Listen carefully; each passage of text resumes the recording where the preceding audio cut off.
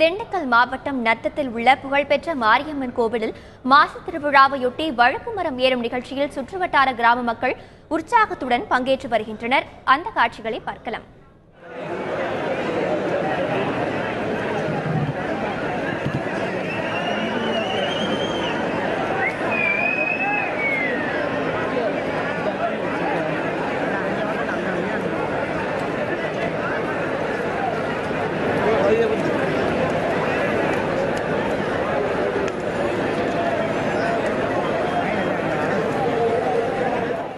திண்டுக்கல் மாவட்டம் நத்தம் மாரியம்மன் கோவில் தென் தமிழகத்தின் பிரசித்தி பெற்ற கோவிலாகும்.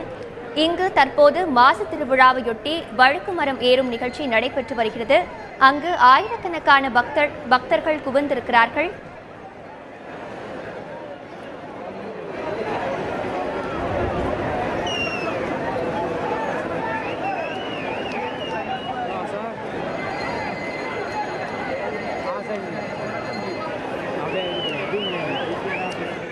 தற்போது தொலைபேசி வாயிலாக இணைகிறார் எமது செய்தியாளர் சரவணன். வணக்கம். தற்போது அங்கு நடைபெற்று வரும் திருவிழா பற்றி விரிவா சொல்லுங்க சரவணன். திண்டுக்கல் மாவட்டத்தில் பிரசித்தி பெற்ற கோயில்கள்ல ஒன்று நத்தம் மாரியம்மன் கோயில். இந்த நத்தம் மாரியம்மன் கோயில்ல மாசி மகா பெருவிழா கடந்த பிப்ரவரி 27ஆம் தேதி கொடியேற்றத்துடன் தொடங்கியது. இதைத் தொடர்ந்து 28ஆம் தேதி மறுநாள் காலை கரந்தமலையில கிட்டத்தட்ட 8 கிலோமீட்டர் தூரத்துக்கு பக்தர்கள் நீண்ட வரிசையில் தீர்த்தம் எடுத்து அங்கிருந்து பாத யாத்திரையாக நடந்து கோவிலில் அபிஷேக ஆராதனைகள் நடத்திய பிறகு காப்பு கட்டி 15 நாட்கள் விரதம் இருந்தனர். இந்த விரதம் இருந்து இந்த கோவிலின் மிக முக்கிய நிகழ்வான வழுக்கு மரம் ஏறுதல் மற்றும் பூக்குழி இறங்கு வைபவமானது தற்போது நடைபெற்று வருகிறது. அந்த வகையில வழுக்கு மரம் ஏறும் நிகழ்வு சரியாக 2 மணிக்கு தொடங்கியது. ஏறத்தாழ 1.5 மணி நேரமாக அதற்கு உரிமைப்பட்டவர்கள் தற்போது வழுக்கு மரத்தில் ஏறி வருகிறார்கள். இன்னும் சரியாக 1.5 மணி அல்லது 2 மணி நேரத்தில் அவர்கள் வழுக்கு மரத்தின் எல்லையை அடைவார்கள் என்று எதிர்பார்க்கப்படுகிறது. இந்த சூழ்நிலையில் அதற்கு பிறகுதான் பூக்குழி இறங்கு வைபவமானது நடக்கிறது.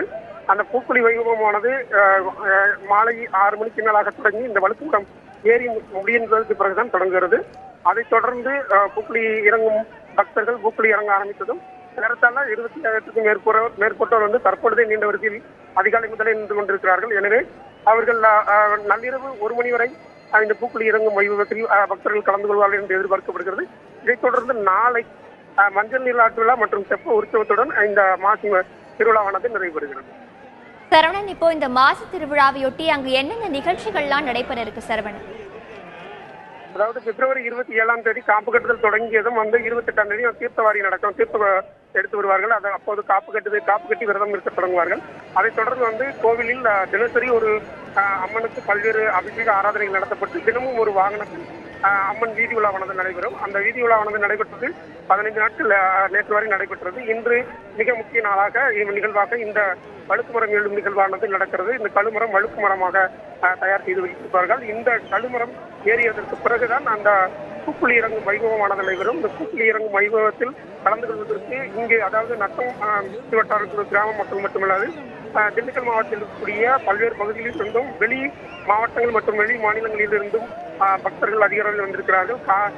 இன்று காலை முதலே பக்தர்களின் கூட்டம் அதிகமாக இருந்தது. எனவே பக்தர்களின் கூட்டத்தை கட்டுப்படுத்துவதற்கும் போக்குவரத்தை ஒழுங்குபடுத்துவதற்கும் ஏறத்தாழ 500க்கும் மேற்பட்ட போலீசார் தற்போது பாதுகாப்பு பணிகளை ஈடுபட்டு வருகிறார்கள். இன்னும் ஏறத்தாழ 2 மணி நேரம் அல்லது 2.5 மணி நேரம் ஆகும் என்று எதிர்பார்க்கப்படுகிறது. இந்த கழுமரம் உச்சிக்கு சென்று அந்த எல்லையை அடைய வேண்டும்.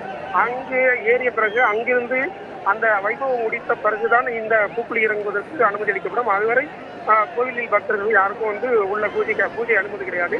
அந்த வகையில இந்த பூக்குழி இறங்கும் வைபவம் தொடர்ந்து மாலை தொடங்கியதும் நள்ளிரவு 1 மணி வரை இந்த பூக்குழி வைபவம் நடக்கும்.